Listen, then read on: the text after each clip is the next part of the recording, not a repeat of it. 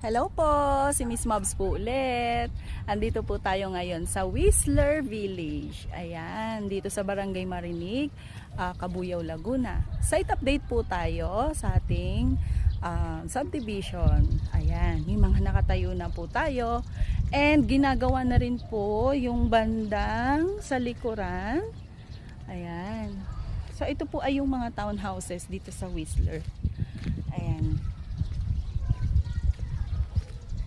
And dito po, ongoing na po ang ating road construction. Ayan.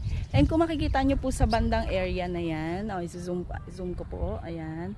Tinatayo na po yung ating mga duplex type. Ayan. Diyan po. Nag-start na po yung ating mga construction dyan. So, ayan.